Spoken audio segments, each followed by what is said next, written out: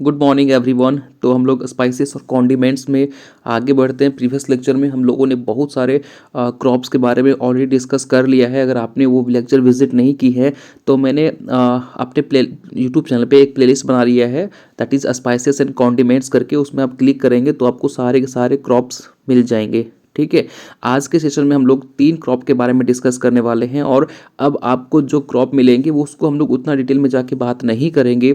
इसके पीछे रीज़न ये है कि यहाँ से क्वेश्चन आपका डेप्थ में नहीं पूछा जाता है। ठीक है, जैसे आप अजवाइन के बारे में उतनी बातें डिस्कस नहीं करेंगे क्योंकि क्वेश्चन नहीं आता। ब्लैक क्यूमिन की बात करेंगे तो यहाँ से भी मिनिमम क्वेश्चन आते हैं, तो इसको हम डिटेल में जाके पढ़ने का कोई फ़ायदा नहीं है और आपकी सेमेस्टर एग्जाम में भी यहाँ से क्वेश्चन नहीं उठेगा। ठीक है, तो हम लोग जिंजर के बारे में आज थोड़ा डिटेल में पढ़ेंगे क्योंकि हमारे डे टू डे लाइफ में यूज़ करते हैं इसे हम, तो यहाँ से एग्जामिनर आपका क्वेश्चन पूछ सकता है। ठीक है, बाकी फिर आपके इनके नोट्स जो है वो हमारे टेलीग्राम ग्रुप पे मिल जाएंगे, वहाँ पे जाके आप इसे डाउनलोड करके रिवाइज कर लेना। चलिए फिर स्टार्ट करते हैं। नाउ पहले तो आप मुझे ये बताओ, थोड़ा सा इंटरेस्टिंग मैं क्वेश्चन पूछता हूँ आपसे कि क्या आप अदरक वाली चाय पिए हो? या आपको सब बोलेंगे सर हमने पी है, बट कब पिए हो? जरा बताओ मुझे कि हाँ सर, जब मेरे को ना सर्दी लग रही थी, मेरे को सर्दी हो गया था तो मैं सर टी स्टॉल के पास गया था और मैंने बोला था अदरक वाली चाय बना दो। तो थोड़ा बहुत ये शरीर में क्या करता है, गर्मी पैदा करता है थोड़ा बहुत, तो फिर हमें क्या होती है, सर्दी वो कम हो जाती है, जुकाम जो होता है वो कम हो जाता है। ठीक है, इसके अलावा आपने इसका यूज़ किया होगा, कहीं कट गए हैं तो वहाँ यूज़ करते हैं। इसके अलावा इसे हम मसाले में यूज़ करते हैं। इसके अलावा कहाँ यूज़ करते हैं सर? आप अगर इसमें एक और देखेंगे तो गांव के जो लोग होते हैं ना, एक्चुअली वहाँ तो अगर पॉसिबिलिटी है तो वो काढ़ा बनाते हैं, नहीं पॉसिबिलिटी तो लोग अब देखेंगे जो ज़्यादा खांसी हो रही ना तो दादी अम्मा जो आपकी है वो बोलेगी कि इसको थोड़ा सा अपने मुंह में रखो और इसको सक करता रहो, जिससे क्या होगा, आपका खांसी मिनिमम कम हो जाती है। ठीक है, तो इसको मल्टीपर्पज़ के लिए यूज़ करते हैं, इसलिए ये क्रॉप हमारे लिए काफ़ी इंपॉर्टेंट हो जाएगा और यहाँ से एग्जाम में क्वेश्चन पूछा जाता है, तो इसको हम लोग डिटेल में पढ़ेंगे। ठीक, इज़ इट क्लियर? स्टार्ट करते हैं। देखिए, सबसे पहले अगर मैं बात करूं कि भाई इनका साइंटिफिक नेम क्या होता है या फिर बॉटेनिकल नेम क्या होता है, तो जिंजिबेर ऑफिसिनेल जो है इसका बॉटेनिकल नेम होता है। अब देखिए, इनमें अलग अलग वैरायटी हैं और कुछ वैरायटी जो हैं वो आपको ब्लैक कलर में दिखाई पड़ेंगे, है ना। मोस्टली आप देखेंगे कि आपको ये जो अदरक है वो येलोइश ही दिखाई पड़ेगा, लेकिन कुछ ऐसे भी वैरायटी होते हैं जो काले रंग के होते हैं।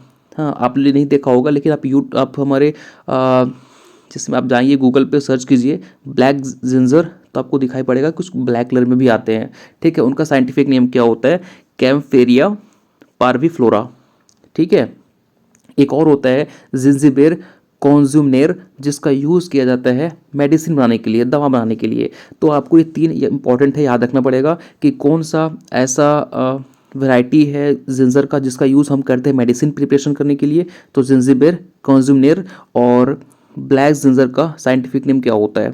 ठीक, याद रखेंगे इतना। अब किसी के मन में क्वेश्चन आ रहा होगा कि सर यहाँ पे आप नीचे में बॉटेनिकल नेम के अंदर नीचे अंडरलाइन नहीं किए हो, है ना, क्योंकि आपको मैंने फर्स्ट लेक्चर में बताया था बॉटेनिकल नेम लिखने का जो तरीका होता है वो क्या होता है।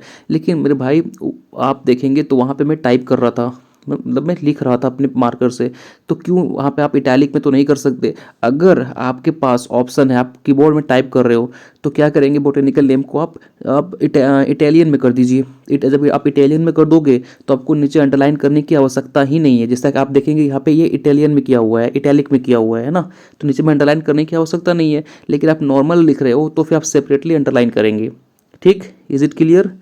चलिए, अब इनके क्रोमोसोम नंबर की बात करें तो 22 होता है। फैमिली जिंगिबेरेसी, आपको एज इट इज़ याद करना है। और अगर हम ओरिजिन की बात करें तो साउथ ईस्ट एशिया। अब मुझे आप ये बताइए कि साउथ ईस्ट एशिया कौन से ऐसे सीरियल क्रॉप का ओरिजिन माना जाता है? ये आपको सब सही बोल रहे हैं कि सर साउथ ईस्ट एशिया जो है वो पैडी का ओरिजिन है ना, धान का ओरिजिन है। लेकिन अब साउथ वेस्ट एशिया किसका है फिर? सर यहाँ पे देखिए, मैं इसलिए पूछ रहा हूँ ताकि आप रिलेट कर पाओ, हमेशा आप एग्जाम में कंफ्यूज करोगे। साउथ ईस्ट एशिया वीट का है, नहीं हो गए कंफ्यूज। साउथ ईस्ट एशिया जो है वो पेडी का है। ठीक है, और साउथ वेस्ट एशिया देखिए, याद रखिएगा, W for wheat and W for waste. ठीक है, तो साउथ वेस्ट एशिया किसका है? आपका वीट का है, और साउथ ईस्ट एशिया आपका जिंजर का भी है और पेडी का भी है। अब क्लियर हो यहाँ पे हो गया होगा आपको। इसके फ्रूट को क्या बोलते हैं सर? इसके फ्रूट को कैप्सूल बोलते हैं। आप यहाँ पे देखिए दिखाई पड़ रहा होगा कैप्सूल की तरह, है ना, जो आपकी दवा आती है ना वैसा दिखाई पड़ता है। इसके इन्फ्लोरेसेंस को हम स्पाइक बोलते हैं। और ये देखेंगे तो जिंजर जो है वो ड्राइव हुआ है संस्कृत वर्ड दैट इज श्रृंगावेरा से, जिसका मतलब होता है डियर्स एंटल्स। तो यहाँ पे देखिए आप, है ना, इसको मैं इरेज करता हूँ फिर आपको दिखाई पड़ेगी। देखिए यहाँ पे आपको दिखाई पड़ रहा है ना कि ये क्या है ना, इससे हिरन के जो सिंग होते हैं ना वैसा है। तो ये उस वर्ड से ड्राइव हुआ है। ठीक है, क्लियर हो गया यहाँ तक? तो इसमें आपको इंपॉर्टेंट याद रखना है बोटेनिकल नेम और जो ब्लैक गिंगर का साइंटिफिक नेम क्या होता है और किसका यूज़ हम मेडिसिन पर्पस के लिए करते हैं। क्रोमोसोम नंबर इंपॉर्टेंट है, ओरिजिन इंपॉर्टेंट है और फ्रूट इंपॉर्टेंट है। ठीक, आगे बढ़ते हैं। 9, देखिए आप यहाँ पे ध्यान से, आपको अदरक की जब कहीं खेती की हो गई होंगी तो वहाँ देखेंगे इसके फ्लावर ऐसे होते हैं, इनके प्लांट्स ऐसे होते हैं, है ना। आप देखिए फील्ड में अगर आपके लगे हुए हैं तब जाके देखिए, वो विजिट कीजिए इस लेक्चर को सुनने के बाद। इनके लीफ ऐसे दिखाई पड़ेंगे। और एक चीज़ और, अगर आपको पता करना है ना कि ये कौन सा क्रॉप है तो इसके लीफ में इसको लीफ को आप लीजिए और थोड़ा सा उसको रबिंग कीजिए और फिर स्मेल कीजिए, आपको पता चल जाएगा। मोस्ट ऑफ द क्रॉप अगर आपको आइडेंटिफाई करना है, बेसिक मतलब ऐसा नहीं बोलता कि हर क्रॉप में ये लागू होता है, but most of the crop में क्या होता है ना कि अगर आपको पहचान करनी है कि ये कौन सा क्रॉप है, ठीक है, तो आप जाइए उसके लीफ को तोड़िए, थोड़ा सा रबिंग कीजिए और स्मेल कीजिए, आपको पता चल जाएगा कि हाँ ये किसका है। तो इसी तरीके से अगर आप अदरक के देखेंगे, उसके प्लांट में जाएंगे, उसको थोड़ा रबिंग करेंगे ना तो आपको महसूस हो जाएगा कि अदरक का स्मेल आ रहा है, दैट मीन्स कि किसका है, अदरक का है ना। उसके कटिंग को देखिए ऐसा होता है। ठीक है, इज इट क्लियर? आपने अगर आपके फील्ड में है तो डेफिनेटली जाके विजिट कीजिए एक बार। 9, ये वो प्लांट होता है जिसको ज़्यादा धूप की रिक्वायरमेंट नहीं है। इसको आप कहीं पे छाँव जहाँ होती है वहाँ पे लगा दीजिए, क्योंकि ये शेड लिविंग प्लांट होते हैं। इंडिया जो है वो सबसे ज़्यादा प्रोड्यूस करता है ड्राई जिंजर को पूरे वर्ल्ड में। दैट मीन्स कि हम लोग सबसे ज़्यादा प्रोड्यूस करते हैं। ठीक है, पंजेंसी जो है वो आपका जिंगीरोल की वजह से आता है, तो इसमें 22% होता है। अरोमा की अगर बात करें तो इसमें जिंगीब्रेन और जिंगीबिरोल की वजह से इसमें अरोमा देखने को मिलेगा आपको। ठीक है, तो आप देखिएगा पंजेंसी किसकी वजह से आ रहा है, जिंगीरोल की वजह से जो कि 22% होता है, और अरोमा किसकी वजह से आ रहा है, जिंगीब्रेन की वजह से आ रहा है और जिंगीबिरोल की वजह से आ रहा है। लीडिंग स्टेट की बात करें जो सबसे ज़्यादा अदरक की खेती करता है वो कौन सा स्टेट है, केरला। ठीक है, इसका यूज़ हम कहाँ करते हैं तो अदरक का तेल बनाने के लिए करते हैं, ऑलिसरॉन है ना, ऑलियोरेशन बनाने के लिए यूज़ करते हैं, और इसका यूज़ हम स्टिमुलेंट की तरह भी यूज़ करते हैं, और कार्मिनेटिव दैट मीन्स कि जड़ी बूटी जो होता है ना उसको बनाने के लिए भी करते हैं। ठीक है, और मोस्टली हम इसको अगर जाहिर सी बात है कि हमें अगर इसको यूज़ करना है अपने चाय के अंदर तो इससे बॉइलिंग करेंगे, फिर इसको क्या किया जाता है, उसको कूच दिया जाता है। ठीक है, और वैसा आप यूज़ कर सकते हैं। ठीक है, तो ये सब चीज़ें देखिए आप, अगर वो आप जाते हैं अदरक वाली चाय बनाने के पीने के लिए तो देखिए वो कैसे बना रहा है, इसका यूज़ कैसे कर रहा है। तो ये चीज़ें ऐसी होती है जिसको आप विजिट करके भी आप याद कर सकते हैं। ठीक है, यहाँ तक क्लियर हो गया? तो इसमें 2 पॉइंट इंपॉर्टेंट है, याद रखिएगा। एक पॉइंट आपका पंजेंसी किसकी वजह से आ रहा है, अरोमा किसकी वजह से आ रहा है, और एक पॉइंट इंपॉर्टेंट है कि कौन सा स्टेट जो है वो लीडिंग स्टेट माना जाता है, तो केरला। ठीक है, आगे बढ़ता हूँ। 9, इसकी वैरायटीज़ की बात करें तो मरन हो गया, नदिया हो गया, जोरहट हो गया, इसके अलावा देखेंगे तो वर्दा हो गया, है ना, हिमागिरी हो गया, सुराई हो गया, सुरुचि हो गया। तो ये सारे इंपॉर्टेंट वैरायटी हैं जो आपको यहाँ पे मैंने मेंशन किया है। आपको कुछ वैरायटी के नेम याद रखने हैं और एक बार इससे गो थ्रू हो जाइएगा। ऐसा नहीं कि बैठ के रट रहे हैं, ऐसा नहीं करनी है आपको कि आप इसको कुछ वैरायटी को जो है वो आप याद कर लीजिए। जैसे सुगंधा हो गया, इंपॉर्टेंट वैरायटी है ना। तो ये आपको इसको पढ़ लीजिएगा। आगे बढ़ते हैं। अगर मैं इसकी बात करें तो इसको कब हार्वेस्टिंग करना चाहिए, इसको हार्वेस्टिंग तब करते हैं जैसे जब वो ग्रीन होता है। ठीक है, देखिए ऐसा बहुत अच्छा स्टेज होता है ये। ठीक है, अब ये मतलब ये मोस्टली ये तो आपका देखेंगे तो बेबी गिंगर होता है। मतलब आप अगर सपोज मान के चलिए कि आप के खेत में लगा हुआ है जिंजर, आप क्या कर रहे हैं, जाकर उसको अर्ली स्टेज में उसको उखाड़ देंगे तो ऐसा दिखाई पड़ेगा ये। ठीक है, लेकिन अगर थोड़ा सा उसको कुछ समय के लिए छोड़ देंगे तो ये मैच्योर हो जाएगा ऐसा। ठीक है, तो आप नोटिस करो भाई, मेरे इसलिए मैं बोल रहा हूँ कि आपके फील्ड में अगर लगे हैं तो एक बार जाके प्रैक्टिकली करके देखो। जो भी स्टेज में हो आप एक बार उसको उखाड़ेंगे ना तो आपको ऐसा दिखाई पड़ेगा वो। ठीक है, इसके जो ऊपर जो छिलके होते हैं ना उसको हाथ से भी से रगड़ दोगे तो छूट जाएगा वो। ठीक है, लेकिन थोड़ा सा जब वो मैच्योर हो जाएगा तो वो ऐसा दिखाई पड़ेगा। जो मार्केट के अंदर आपको दिखाई पड़ता है वो ये वाला होता है। ठीक है, और सुखा देंगे तो फिर ऐसा दिखाई पड़ेगा वो।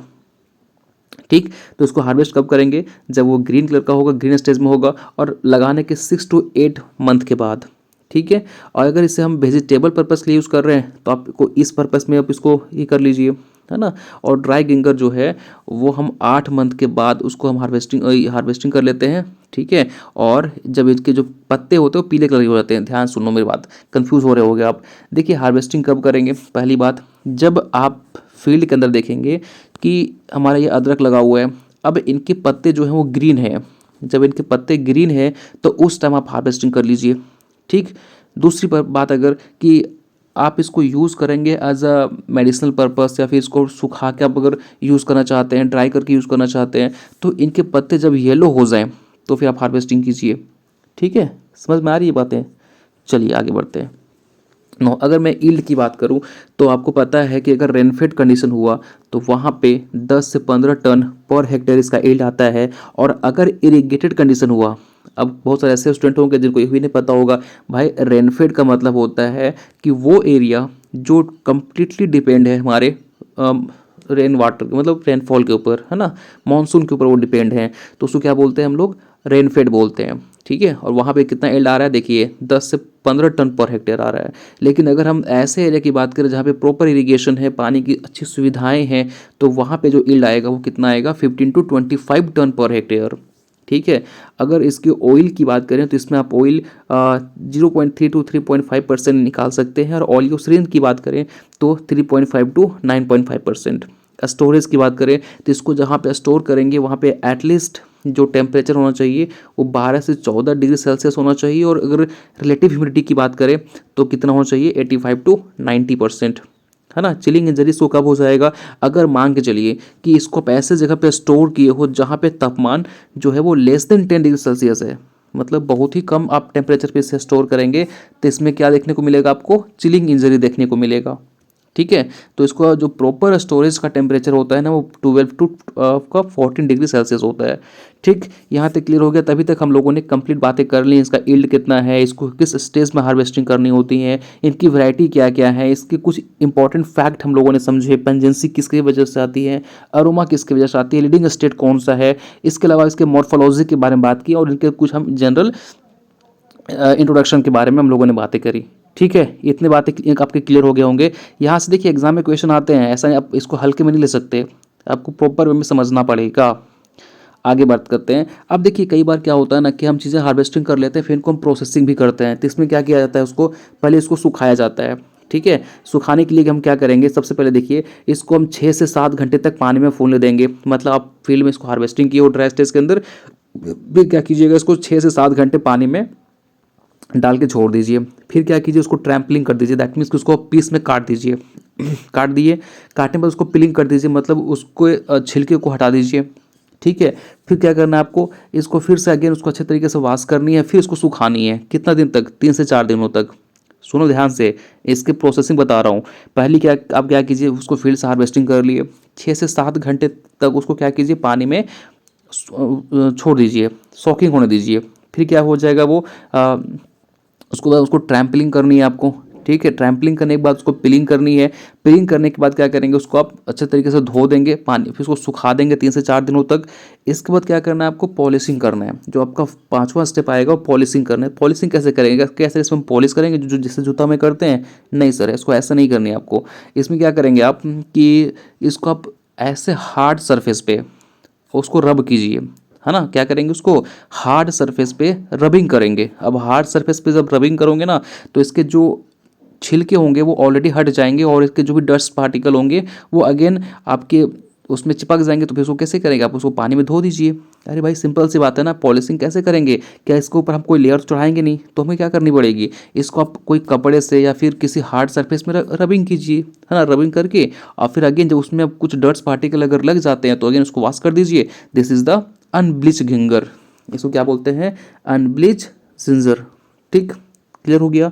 तो ये प्रोसेसिंग होता है, और अगर इसको आप चाहते हो कि इसको ब्लीच कर दें तो भैया सिंपल सी बात है कि जो आपका पील्ड हो गया फिर अनपील्ड राइजोम हो गया, उसको 2% लाइम वाटर में 6 घंटे के लिए छोड़ दीजिए, या फिर उसे आप फ्यूमिगेंट कर सकते हैं सल्फर सॉल्यूशन में, जो कि 12 घंटा के लिए होगा, ठीक है, 12 घंटे के लिए होगा। ध्यान सुनिए, अगर आप चाह रहे हो कि जो आपका जिंजर है वो ब्लीच्ड हो जाए, तो ब्लीच करने के लिए आप 2 टाइप के भी राइजोम यूज़ कर सकते हो, चाहे वो पिल्ड हो जिसका छिलका आपने उतार दिया है, या फिर वो अनपिल्ड हो, उसमें भी आप यूज़ कर सकते हो। तो उसके लिए क्या करना है आपको कि उसको हमें 2% लाइम सॉल्यूशन बना के 6 घंटे के लिए छोड़ देनी है, या फिर क्या कीजिए आप फ्यूमिगेंट जो कि सल्फर का होता है उसमें आप 12 घंटे के लिए छोड़ देंगे, तो ऑलरेडी ये क्या हो जाएगा, ब्लीच हो जाएगा। अब कई बार क्या होता है कि इसके लोग, जैसे आपका आप बियर पीते हो ना, तो इसी तरीके से इसके बियर भी बनाए जाते हैं, बियर वाइन बनाए जाते हैं, ठीक है। तो इसके अलग अलग मल्टीपर्पज़ के लिए हम इसको यूज़ करते हैं ना, कैलिफोर्नियन बीज है ना, और बाल मतलब मोस्टली इसको हम एज अ अल्कोहलिक में भी यूज़ करते हैं। आप देख पा रहे होंगे फोटोग्राफ के अंदर, दिख रहा है ना, दिख रहा है ना, ये सारे क्या है आपके इसमें जिंजर के प्रोडक्ट ही यूज़ किए गए हैं। अब अगर मैं बात करूँ इसका इल्ड जो है, अगर ड्राई जिंजर है तो 16 से 25% इसके आपके इल्ड आएंगे, है ना। क्लियर हो गया यहाँ तक, कोई दिक्कत? आगे बढ़ते हैं। अब देखिए इसके अलग अलग हमारे प्रोडक्ट्स के यहाँ दिखाए गए हैं फोटो। एक ये आपके ड्राई जिंजर है, ये आपका देखेंगे तो स्लाइस्ड ड्राई जिंजर है, मतलब इसको काट दिया गया है छोटे छोटे पतले और फिर इसको सुखा दिया गया है। अगर देखिए यहाँ पे क्या है, जिंजर कैंडी है, इसके अलावा देखिए सॉल्टेड जिंजर है, इसके अलावा जिंजर पाउडर है, इसके अलावा आप जिंजर पेस्ट है, ठीक है। ये इसके अलग अलग मल्टीपर्पज़ यूज़ के फ़ोटो हैं। नो, इसमें बात करें कुछ ऐसे इंसेक्ट और पेस्ट जिसमें इसका अटैक होता है, जैसे इसमें आपका स्टेम बोरर, ठीक है, साइंटिफिक में याद रखिएगा, इसका मेजर इंसेक्ट माना जाता है, ठीक है। अगर मैं डिजीज़ की बात करूं तो राइजोम सॉफ्ट रॉट इसमें देखने को मिलेगा। इसके अलावा इसमें हाँ ना, इसमें ये देख पा रहे होंगे यहाँ पे आप, यहाँ पे देखिए ध्यान से, यहाँ पे क्या हुआ, यहाँ पे ये जो आपका पोर्शन था ना वो सॉफ्ट हो गया, है ना, इसमें सड़न आ गया, मतलब सड़ जाएगा वो पोर्शन, ठीक है। तो ये इसका एक मेजर डिजीज़ में आता है। इसके अलावा आप विल्टिंग भी इसमें देखने को मिलेगा आपको, ठीक है। तो ये इंपॉर्टेंट आपको याद रखनी है, डिजीज़ के अंदर कौन सा डिजीज़ इंपॉर्टेंट है, सॉफ्ट रॉट, और कौन सा इंसेक्ट इसमें अटैक कर रहा है, तो आपका स्टेम बोरर, ठीक। स्टेम बोरर जो है आपका, उसमें भी इंपॉर्टेंट पेस्ट होता है, किसके अंदर, पैडी के अंदर। चलिए, तो यहाँ तक आपको जिंजर में कोई डाउट, होप सो आपको सारे बातें जो हैं वो क्लियर हो गई होंगी, कोई ऐसा रॉकेट साइंस नहीं था जो आपको समझ में नहीं आई होगी, ठीक है, क्योंकि आप इसको डे टू डे लाइफ में हमेशा यूज़ करते हो, तो आप हर बात से परिचित होंगे, ठीक है। यहाँ तक क्लियर हो गया, आगे बढ़ें। चलिए, हम लोगों ने जिंजर के बारे में कंप्लीट बातें डिस्कस कर ली, इतना आपके लिए सफिशिएंट है, उससे बाहर आपको जाने नहीं है। दूसरी बात याद रखिएगा, हम लोग जो दूसरा क्रॉप डिस्कस करने जा रहे हैं वो है आपका नाइजेला, और नाइजेला का जो और भी कॉमन नेम है ना वो आपके लिए इंपॉर्टेंट हो जाता है। जैसे इसे हम लोग ब्लैक क्यूमिन बोलते हैं, ब्लैक सीड बोलते हैं, कलौंजी बोलते हैं, जो कि इंपॉर्टेंट है, ठीक है। इनका बॉटनिकल नेम क्या है, नाइजेला साल्विया, और ये कौन से फैमिली से बिलोंग करता है, रूमन कुलेशी फैमिली से बिलोंग करता है, जिससे हम लोग बटर कप फैमिली बोलते हैं। ये पूछा गया था एग्जाम के अंदर कि which one of the following is known as buttercup family, तो याद रखिएगा रमून कुलेशी जो है वो बटर कप फैमिली माना जाता है। ओरिजिन क्या है, मेडिटेरियन रीजन इसका ओरिजिन माना जाता है। इंडिया के अंदर इसको हम अलग अलग पर्पस में यूज़ करते हैं, जैसे अगर हमें कोई कुलिनरी डिशेस बनानी हो, या फिर ब्रेड की गार्निशिंग करनी हो, या फिर हमें करी बनाना हो, या फिर हमें अचार बनाना हो, तो यहाँ पे इसका यूज़ करते हैं। बंगाल के अंदर इसे हम अलग अलग नाम से जानते हैं, जैसे फैंकोफोरन हो गया, ठीक है। इसके अलावा हम इसे वेजिटेबल के प्रिपरेशन में यूज़ करते हैं। ऑयल कंटेंट की बात करें तो 5 से लेके 1.6% तक इसमें आपको ऑयल देखने को मिलेंगे। कंपाउंड इसमें थाइमोक्विनोन, इसके अलावा थाइमोहाइड्रोक्विनोन, ये 2 इंपॉर्टेंट कंपाउंड है जो इसके अंदर पाए जाते हैं आपके, ठीक है। आगे बढ़ते हैं। नौ, इसको हम मतलब मोस्टली एक ऐसा क्रॉप है, रबी सीजन क्रॉप है, इसलिए इसको कब लगा रहे हैं, ठंडे टाइम पे लगा रहे हैं, है ना। ये मेच्योर कब होता है, जब ये 130 से 150 दिन हो जाएगा। मान के चलिए जब आप लगाए हो उससे जब 130 से 150 दिन हो गया, मतलब सोचिए कि ये काफ़ी लंबा टाइम लेके जा रहा है, तो वहाँ पे हम क्या कर सकते हैं, इसकी हार्वेस्टिंग कर सकते हैं। वेराइटीज़ हो गया अजमेर नाइजेला 1, राजेंद्र श्यामा हो गया, पंथ कृष्णा हो गया, ये कुछ इंपॉर्टेंट इसके वैरायटी हैं। इस सीड रेट की बात करें तो 5 to 7 kg पर हेक्टेयर हम सीड रेट यूज़ करते हैं, ठीक है। इतनी बातें याद रखनी है, इसमें आपको सिर्फ इतना याद रखना है कि इसमें कंपाउंड कौन कौन सा पाया जाता है, ठीक है, बॉटनिकल नेम क्या है, बस इतना आपके लिए मोर देन सफिशिएंट है। आगे बात करते हैं ओमम, जिससे हम अजवाइन बोलते हैं, और करोम सीड बोलते हैं। ठीक है, अब देखिए इनका बोटेनिकल नेम क्या होता है, तो इसका बोटेनिकल नेम होता है ट्रैकीस्पर्मम अमी, और फैमिली एपाइशी हो गया, ओरिजिन क्या हो गया मेडिटेरियन रीजन, लीडिंग स्टेट आपका राजस्थान हो गया। इंपॉर्टेंट है कि ओमम सबसे ज़्यादा कहाँ पे प्रोड्यूस किया जाता है, राजस्थान के अंदर। ये क्या होते हैं, हर्बेसियस प्लांट होते हैं। ठीक है, और कैसे होते हैं, एनुअल होते हैं, आपको पता है ना, एनुअल बाइनियल पेरेनियल, तो ये कैसे होते हैं, एक सीजन क्रॉप होते हैं। ठीक है, और ये भी कैसे क्रॉप होते हैं, रबी सीजन क्रॉप होते हैं। ठीक है, दूसरा कि इनको टेम्परेचर कितना रिक्वायरमेंट होता है, 15 से 27 डिग्री सेल्सियस, आप एवरेज याद रखिए 15 से 30 डिग्री सेल्सियस।